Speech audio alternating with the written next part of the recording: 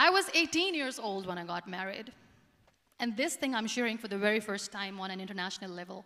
I was 18 years old when I got married. I belonged to a very conservative family, a Baloch family, where good daughters never say no to their parents. My father wanted me to get married. And all I said was, if that makes you happy, I'll say yes.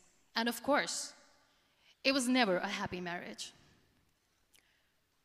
Just about after 2 years of getting married, about 9 years ago, I met a car accident. Somehow my husband fell asleep and the car fell in the ditch. He managed to jump out, saved himself. I'm happy for him. But I stayed inside the car and I sustained a lot of injuries. The list is a bit long. Don't get scared. I'm perfectly fine now. Radius ulna of my right arm were fractured. The wrist was fractured. Shoulder bone and collarbone were fractured. My whole rib cage got fractured. And because of the rib cage injury, lungs and liver were badly injured. I couldn't breathe. I lost urinary bowel control. That's why I have to wear the bag wherever I go. But that injury that changed me and my life completely as a person and my perception towards living my life was the spine injury. 3 vertebrae of my backbone were completely crushed, and I got paralyzed for the rest of my life. So this accident took place in a far-flung area in the outskirts of a very small province, Balochistan, where there was no first aid, no hospital, no ambulance. I was in the middle of nowhere in that toppled car. Many people came to rescue. They gave me CPR. They dragged me out of the car. And while they were dragging me out, I got the complete transection of my spinal cord. And now there was this debate going on. Should we keep it here? She's going to die. Where should we go? There is no ambulance. There was this 4-wheeler Jeep standing in the corner of the street. They said, put her in the back of the Jeep and take her to the hospital, which is 3 hours away from this place.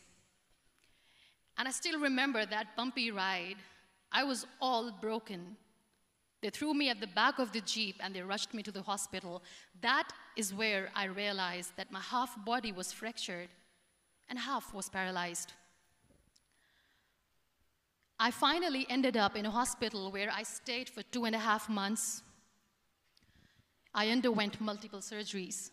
Doctors have put a lot of titanium in my arm. There's a lot of titanium at my back to fix my back. That's why people in Pakistan call me the Iron Lady of Pakistan.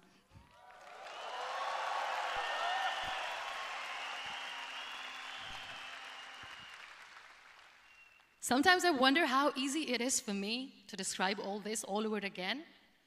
And somebody has rightly said that when you share your story and it doesn't make you cry, that means you have healed.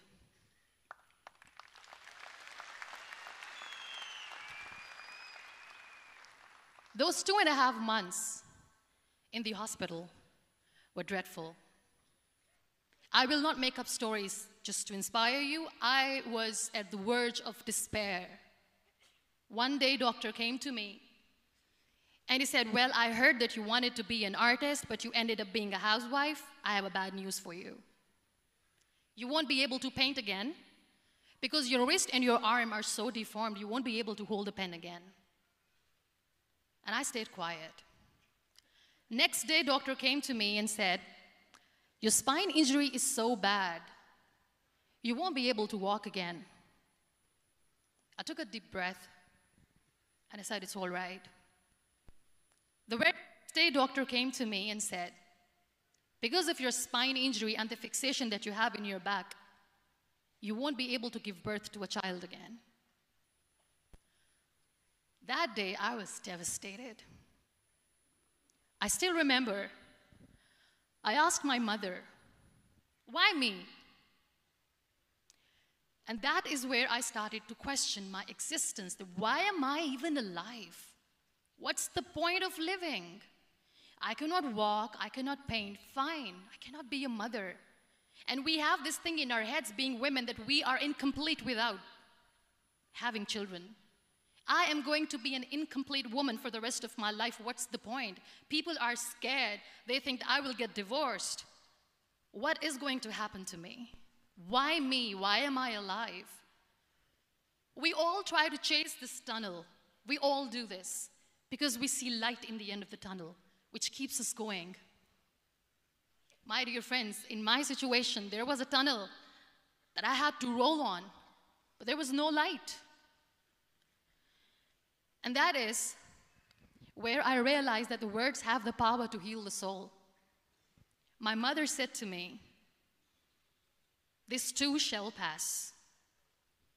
God has a greater plan for you. I don't know what it is, but He surely has."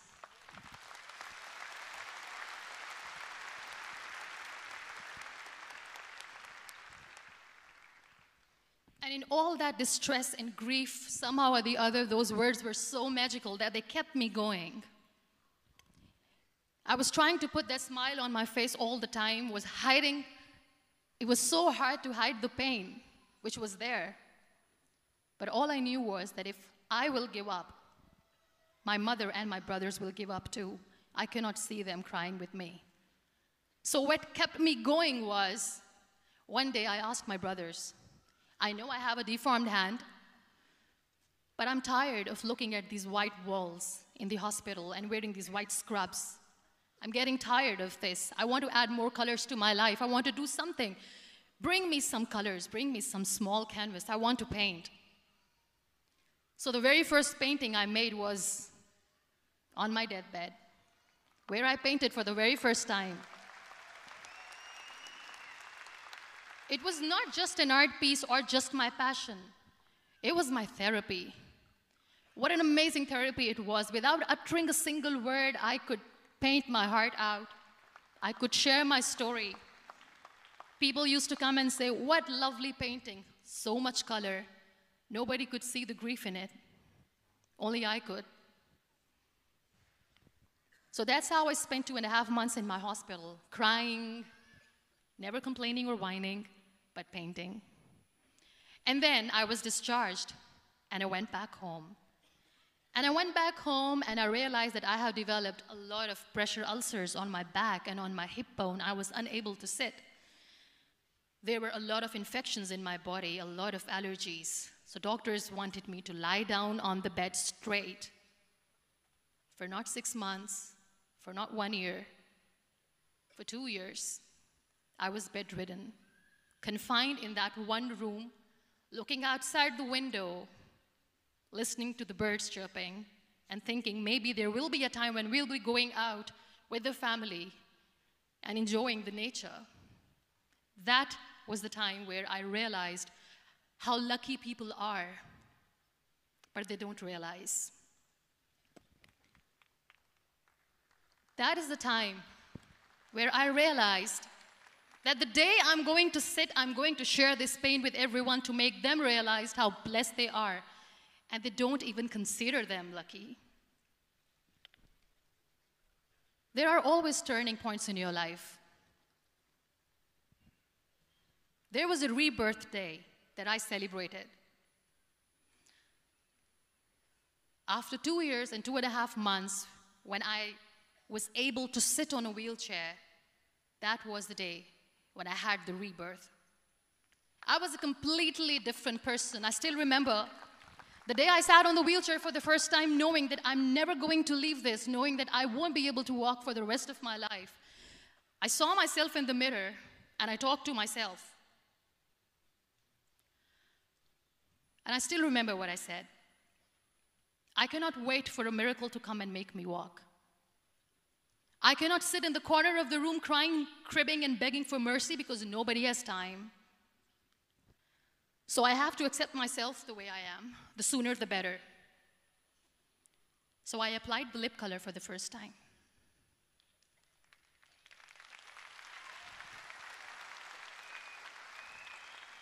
And I erased it. And I cried. And I said, what am I doing? A person on a wheelchair should not do this. What will people say? Clean it up. Put it again. This time I put it for myself because I wanted to feel perfect from within.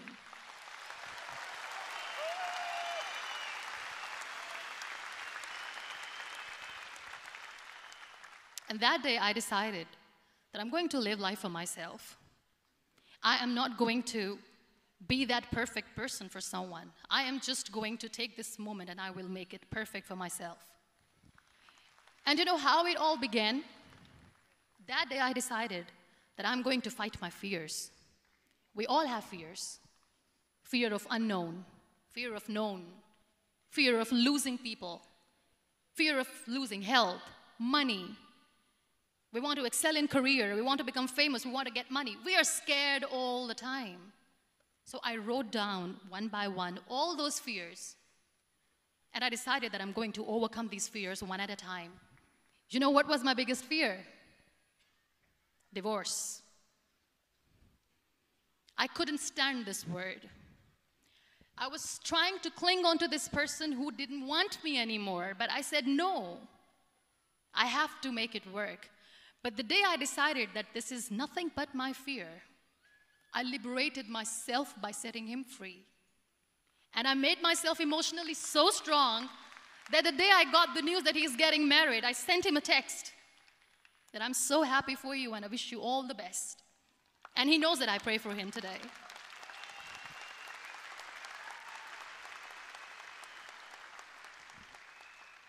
My biggest fear, number 2, was I won't be able to be a mother again. And that was quite devastating for me. But then I realized there are so many children in the world, all they want is acceptance. So there is no point of crying, just go and adopt one. And that's what I did.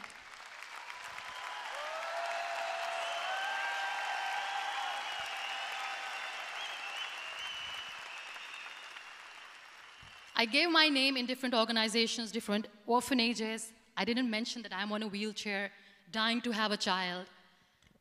So I just told them that this is Muniba Mazari and she wants to adopt a boy or girl, whatsoever, but I want to adopt a kid. And I waited patiently. 2 years later, I got this call from a very small city in Pakistan. I got a call and they said, "Are you Muniba Mazari? There is a baby boy and would you like to adopt?" And when I say yes, I could literally feel the labor pain. I said, yes, yes, I am going to adopt him. I am coming to take him home.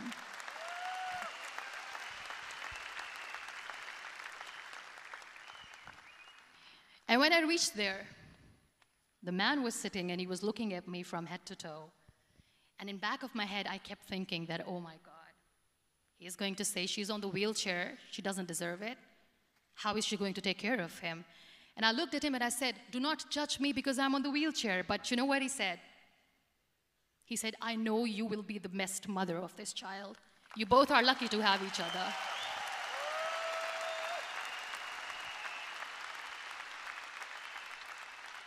And that day, Niall was 2 days old, and today he's 6.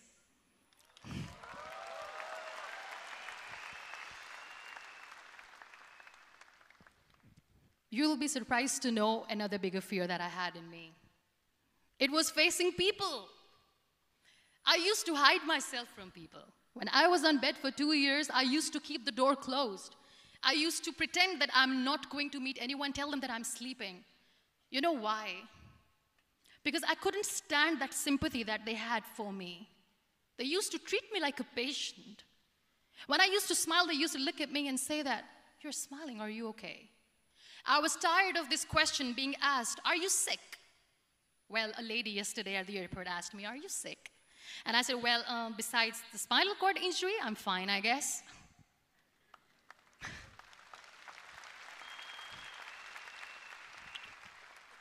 But those are really cute questions. They never used to feel cute when I was on the bed. So I used to hide myself from people, knowing that, oh my God, I'm not going to see that sympathy in their eyes. It's all right.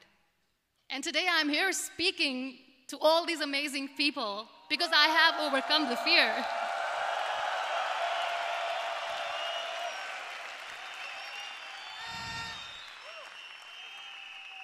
You know, when you end up being on the wheelchair, what's the most painful thing?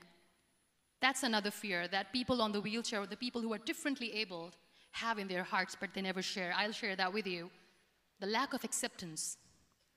People think that they will not be accepted by the people because we, in the world of perfect people, are imperfects.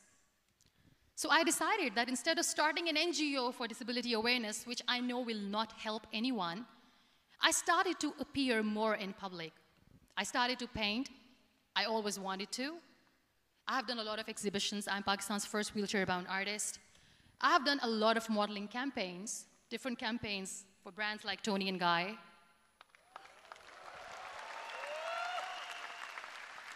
I have done some really funny, breaking the barriers kind of modeling.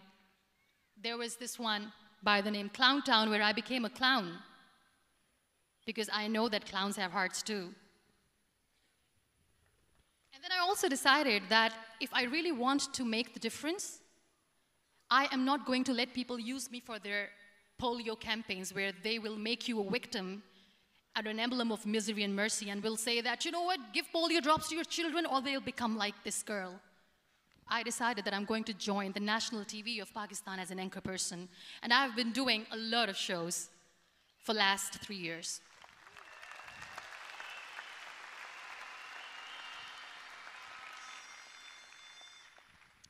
So when you accept yourself the way you are, the world recognizes you. It all starts from within.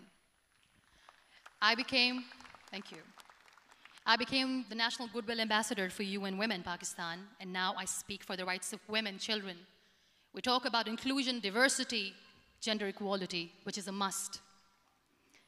I was featured in BBC 100 Women for 2015. I'm one of the Forbes 30 under 30 for 2016. And it all didn't happen alone.